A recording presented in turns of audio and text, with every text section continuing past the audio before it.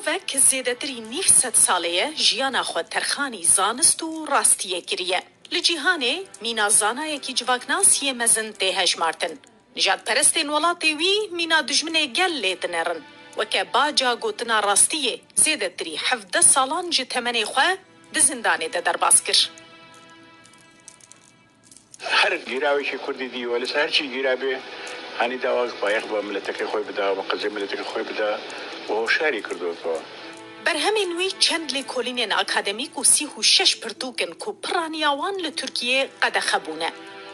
یەکەم کەس کە ئەم ئازایەتیەینمان یەکەم کەس کە ئەم بیرە ویجدانیە مرۆڤانەی لە ناو کولتوری تورکیا بڵاو کردەوە ئیسماعیل بەشکچی بوو. مامۆستا و زانایê Tirkiyê mezin İsmail Beşikçî bi lêkolînên xwe bi helwestên xwe bi rastî û belgeyên zanistî rûbirûyî siyaseta înkarkirina Kurdan dibe.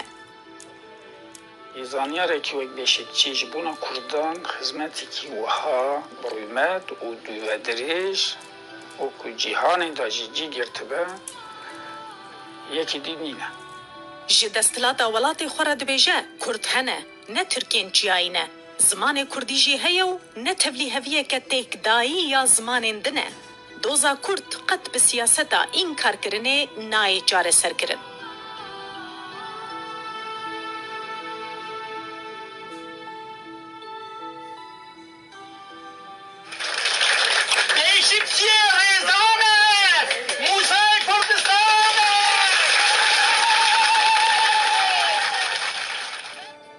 Piştî salên zindanê Beşikçî di bin guvaşa çavdêrî û sînordarkirina azadiyê de dijiya.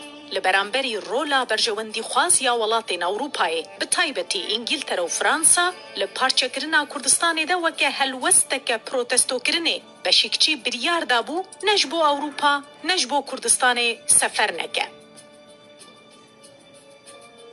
Piştî damezrandina weqfa Beşikçî guherînek di vê helwesta wî de çêbû. Lewma di bihara sala 2013 de yekem derketina wî ji Tirkiyê bo başûrê Kurdistanê bû. Ev seredan çi ji bo Kurdan çi ji bo Beşikçî buha wateyeke wê ya mezin hebû.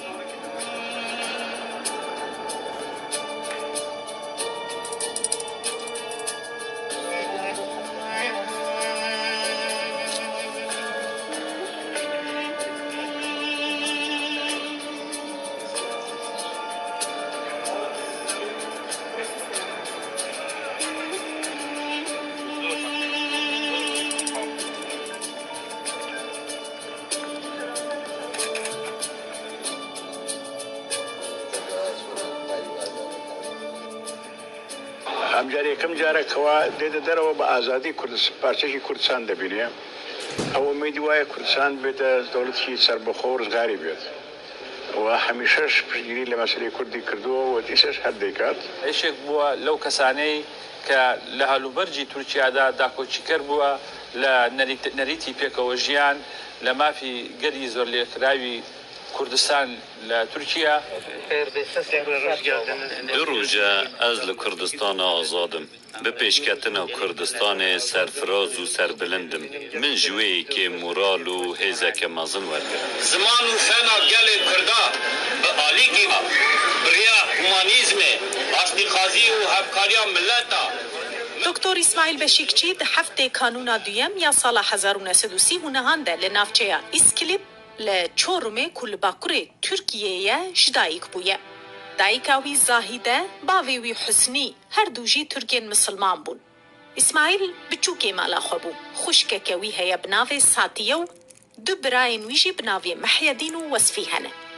لزانیگه انقره زانستا سیاسی خوندی و سال 1964 پشتی خدمتا لشکری بو ماموستای علی کار لبشا civaknasiye ya zaningه Atatürk le Erzurum'e. Bu konuyla ilgili pek çok anı söz konusu olabilir. Örneğin 1963'te asker... Divê derbarê de gelek bîreweriyên min hene.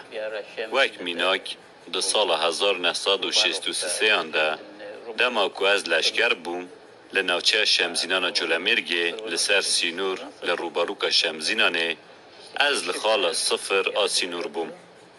پشکنین دهات انجام دان و از جی تیده بشدار بوم. به صدما در بازکرنا سینور جالی پیشمرگه و هشیاری دانمه.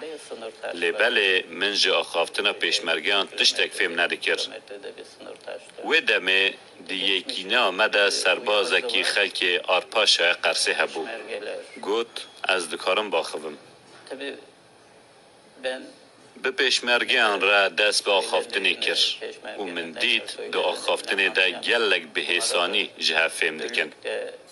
و دمه از تیگی هیشتم که ما سینور در باز کریه. دوان سالان ده لانقره و لزانینگه هان دوشانان ده دگوتن کرد تنیه و هر که از ترکه و کرد جه فهم ناکن. کردکی آلیه کی چیا جالی دنی چیا فهم ناکه. زمان کردی والایه و تشتک نینه بناو زمان